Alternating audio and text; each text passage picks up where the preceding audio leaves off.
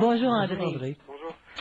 Écoutez, docteur, je vous écoute assez régulièrement. Et puis, vous parlez souvent de l'importance des mots.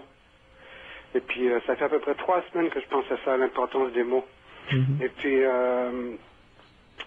la langue, ça vient du latin. C'est les religieux qui ont commencé tout ça.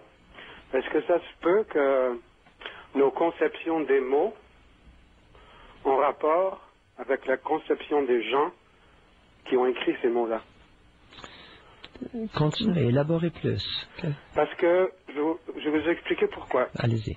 On m'a envoyé à l'école chrétienne, privée, et puis j'ai appris des mots, j'ai appris des choses. Oui. Un des mots que j'ai appris, c'est le mot souffrance. Mais l'image qu'on m'a donnée avec ce mot-là, c'était évidemment le Christ sur la croix et puis tout ça. Alors,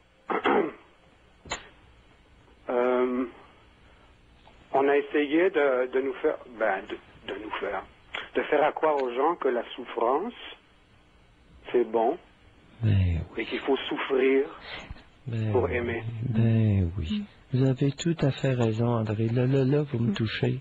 Ben oui. Est-ce que c'est possible que... Oui, qu'on ait tronqué la signification de plusieurs concepts. Oui. Ben oui, vous avez raison. Mais c'est très dangereux, ça, parce que... Ben oui. On base notre vie, on fait des liens, c'est-à-dire... Oui. Avec des paroles, et puis des conceptions de ces paroles-là. Et puis, en grandissant, je veux dire, on bâtit une vie avec les pensées. Et puis, là où ça a troqué pour moi, où j'ai vu que ça n'avait pas d'allure, c'est quand on devait mettre ces pensées-là en action. Parce que je me disais, c'est pas normal de rester, par exemple, dans une relation où tu n'es pas heureux et souffrir. Oui. Alors, j'ai fait la relation, quand j'ai commencé à vous écouter, j'ai fait des relations avec les mots et comment ces mots-là m'ont affecté. Oui. Et comment ça peut détruire une vie, une pensée, une façon de penser. Et le problème maintenant, c'est comment on fait avec tous ces mots-là qui ont une base religieuse. Prise de conscience, exactement, vous le faites. Vous êtes l'exemple à suivre là-dessus. Le cheminement, vous l'avez fait. Devenir conscient des mots tronqués, des significations tronquées, des mots distorsionnés, des mots qu'on a dans la tête. Est-ce que c'est possible que beaucoup de maladies mentales se développent après des liens qu'on fait avec des mots qui ont vraiment pas d'allure avec ce qui sont vraiment dans la réalité? Pas des maladies mentales, mais des troubles psychologiques, oui, abondamment. Est-ce que... Comment voyez-vous, et qui est en faute, qui continue à faire troquer ces mots-là dans des façons qui sont vraiment pas correctes? Les institutions. Oui, puis Pierre, ça peut rester dans les familles. De tout ça. Et ça peut rester dans les familles aussi, dans le sens qu'on donne à un mot. L'autorité. L'autorité, tous ceux qui détiennent l'autorité, le pouvoir, les institutions.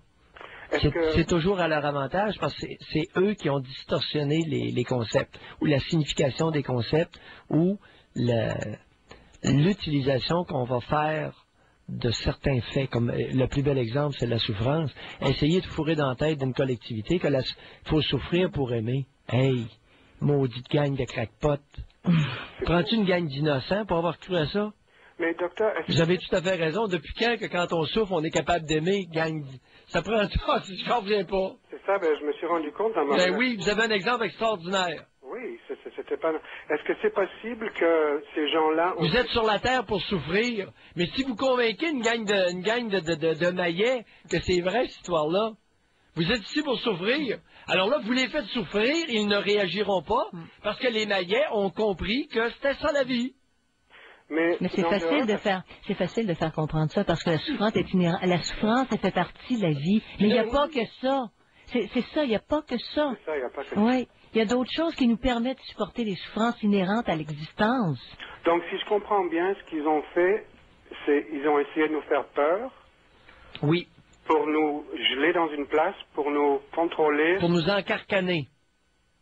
OK. Et parce qu'on peut contrôler une masse beaucoup plus facilement quand elle a peur. Exactement. La religion catholique avec l'enfer, l'islam avec je ne sais pas trop quoi, les parents avec la fessée. OK. Alors, c'est la peur. Le gouvernement avec les lois, l'emprisonnement, la prison. Dans certains cas, ben oui. Alors, ça va très loin. Ben oui, ça va loin. Ça va jusqu'à dans les lois que les gens écrivent. Ben oui. Ben oui, parce que regardez, l'article 43 du Code criminel du Canada invite les parents à fesser les enfants. Donc, à infliger de la souffrance. Ben oui. C'est ça. Puis à leur dire, vous êtes fondés de faire ça, c'est souhaitable que vous agissiez comme ça. Si vous les aimez, vous allez leur créer ça une volée. Mais docteur, qu'est-ce qu'on... 1883. Est-ce qu'il faut réécrire un dictionnaire ou quoi? Non, il faut réécrire la culture, pas le dictionnaire. La culture. Le dictionnaire est correct. C'est la culture. La culture. La culture. Et n'en parler, devenir conscient de nos caractéristiques culturelles. Comme vous le faites. C'est extraordinaire ce que vous avez fait. Vous dites la culture d'une façon, la culture personnelle ou la culture sociétale? Non, la culture sociétale. Sociétale. Oh, oui. Parce que c'est difficile d'avancer quand on pense pas comme le groupe. Ah, le groupe. Le groupe qui peut enfermer beaucoup. Hein? Le groupe, là, quand il est dans le champ, on y dit, vous savez, vous pouvez très bien avoir un groupe dans un champ et un individu sur la route. Et c'est lui qui a raison. C'est l'individu qui est sur la route qui a raison. Les autres, même s'ils sont un groupe, sont dans le champ. Mais oui, mais on est tous là dans le champ, t'es tout seul, Mayou, sur la route. Mais non, c'est pas parce que je suis tout seul que je suis pas sur la route, les amis. Mais Doc, j'en ai perdu des jobs pour des convictions pareilles. Hein. Mais... On perd beaucoup aussi. Hein. Ah, André. Oui. Il y a un prix à payer pour être seul sur la route. Mais maudit que c'est plaisant être sur la route.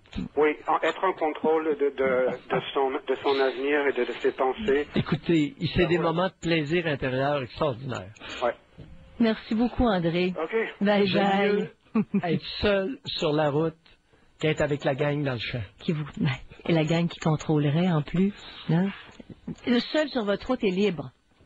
Être le seul sur la vraie route. Ouais. OK? Ouais. Que d'être avec le groupe qui pense qu'ils sont sur la route, mais ils sont dans le champ.